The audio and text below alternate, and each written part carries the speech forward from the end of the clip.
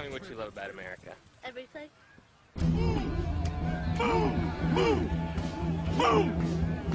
Fear is the most devastating of all threats we can have in a democracy. My friend kept saying they did this in Germany. The great dictators learned from one another what was essentially a blueprint for closing down an open society. The founders wrote the Constitution and the Bill of Rights in fear. People were hung for speaking up. I'm calling on the Attorney General to begin a criminal investigation of the New York Times. And then what became so chillingly clear to me is that these 10 steps are in place in the United States today. We don't torture people. Khalid Sheikh Mohammed, we don't torture people. Waterboarding, we do not. I don't talk about techniques, and we don't torture people. Now listen to me. I want you to listen to me. America and our friends will meet this threat with every method at our disposal.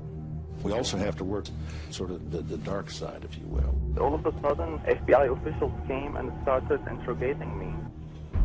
The FBI showed up at my house. You're forced to strip down to absolutely nothing, handcuffs in the front.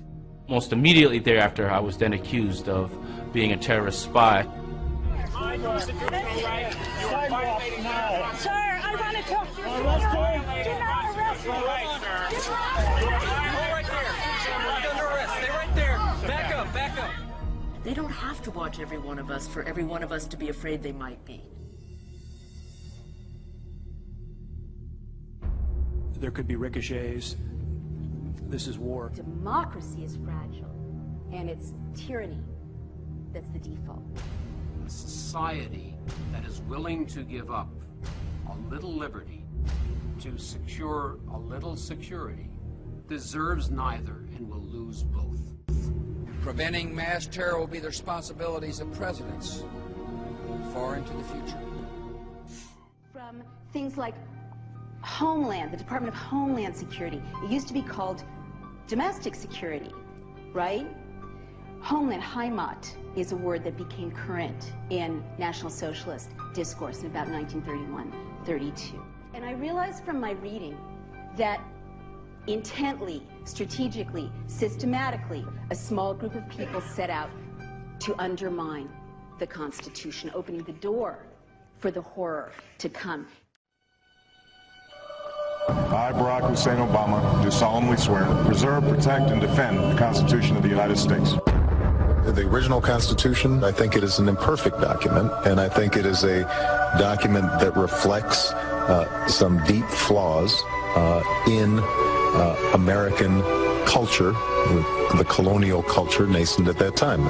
I think we can say that the Constitution reflected an enormous blind spot in this culture, and that the framers had that same blind spot. It also reflected the fundamental flaw of this country that continues to.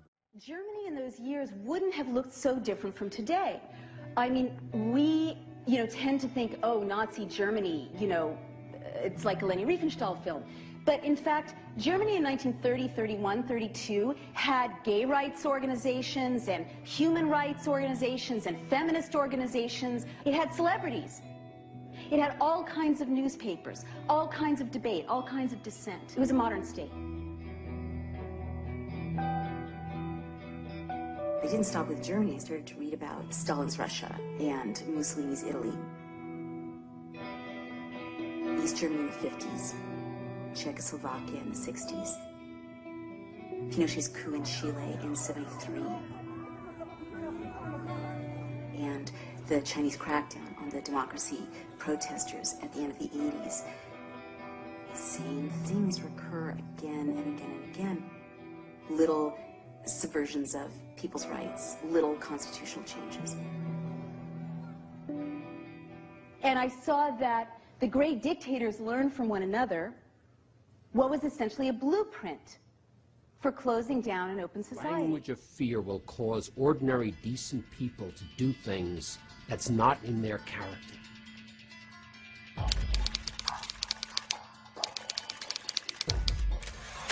The first thing is to invoke a terrifying internal and external threat. And sometimes it's a real threat. After 9/11, the Bush administration used a terrible crime against our nation to launch what it called a, quote, war on terror, unquote. It looks like one of those scenes of an old building being purposely dynamited and blown up. Anybody who's ever watched a building being demolished on purpose knows that if you're going to do this, you have to get at the under-infrastructure of a building and bring it down. The way the structure is collapsing, this was the result of something that was planned. It's not accidental that the first tower just happened to collapse and then the second tower just happened to collapse in exactly the same way. In addition to those pictures we've all seen too much on television before, when a building was deliberately destroyed by well-placed gunmen. That the White House had no intention of making public. President Bush was told in August that Osama bin Laden might be planning an attack involving the hijack. Could have predicted. Nobody in our government, at least. August 6th, PDP. I believe the title was Bin Laden Determined to Attack Inside the United States.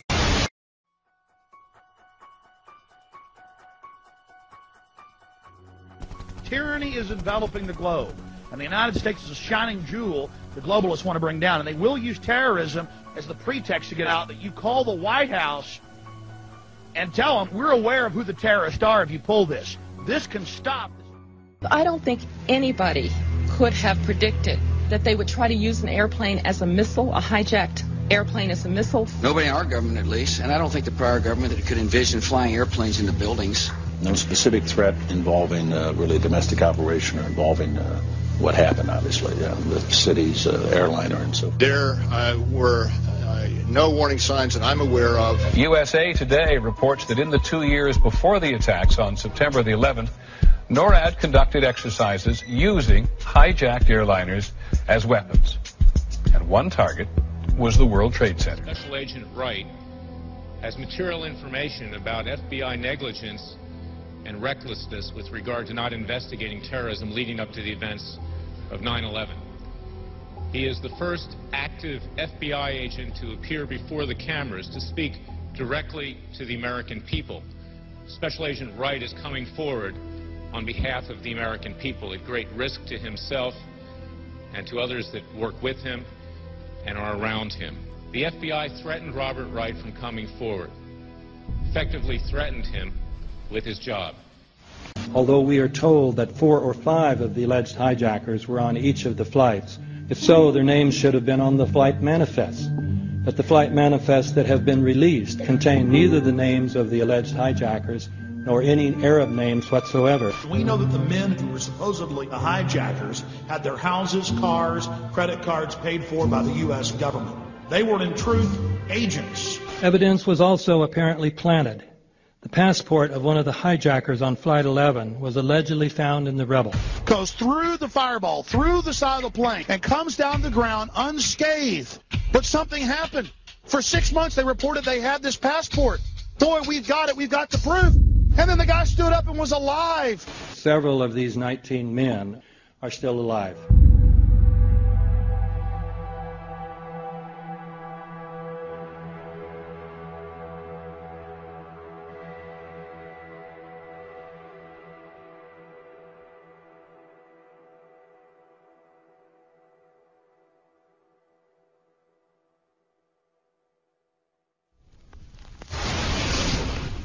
Of course we're after Saddam Hussein, bin Laden. He's... January 2001, the Bush administration orders the FBI and intelligence agencies to back off investigations involving the bin Laden family, including 2 of Osama bin Laden's relatives, who were living, guess where, in Falls Church, Virginia, right next to CIA headquarters. When he was already America's most wanted criminal, he reportedly spent 2 weeks in the American hospital in Dubai, was treated by an American doctor, and visited by the local CIA agent. We have not seen one piece of evidence that links Osama bin Laden directly to the planning stages of September 11th. This failure to provide proof was later said to be unnecessary because bin Laden, in a video allegedly found in Afghanistan, admitted responsibility for the attacks. This confession is now widely cited as proof. But the man in this video has darker skin, fuller cheeks, and a broader nose than the Osama bin Laden of all other videos.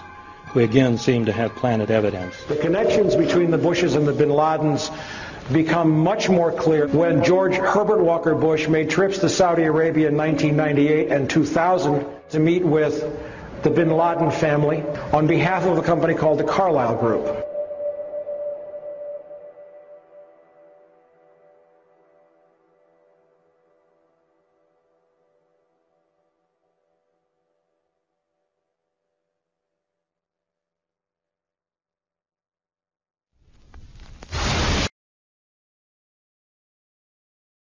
Let me remind you of how did the National Socialists come to power?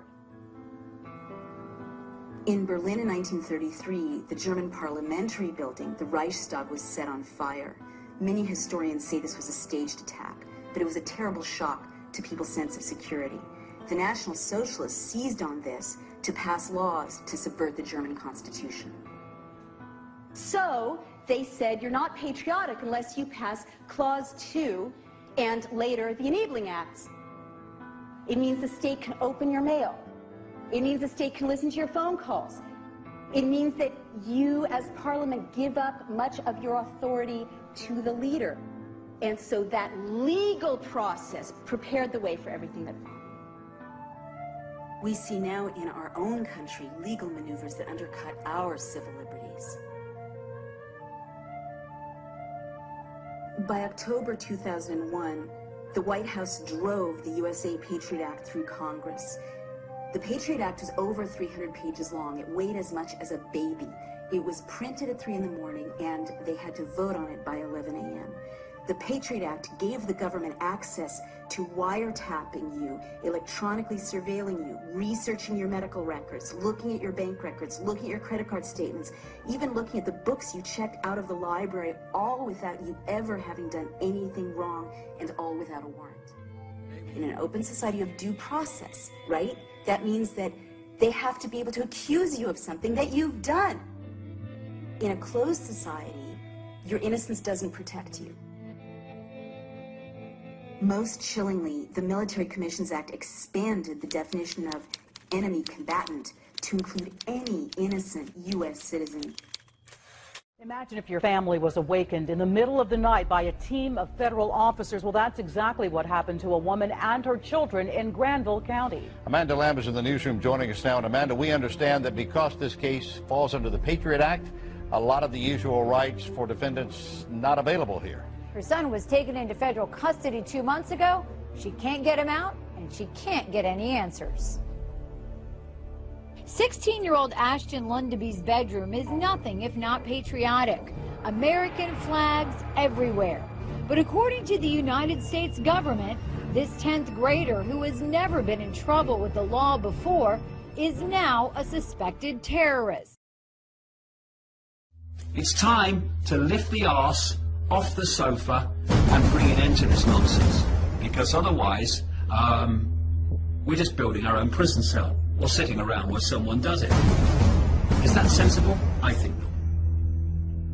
So, are we going to make a stand now and draw a line in the sand and say here and no further? In fact, we're going to roll this back?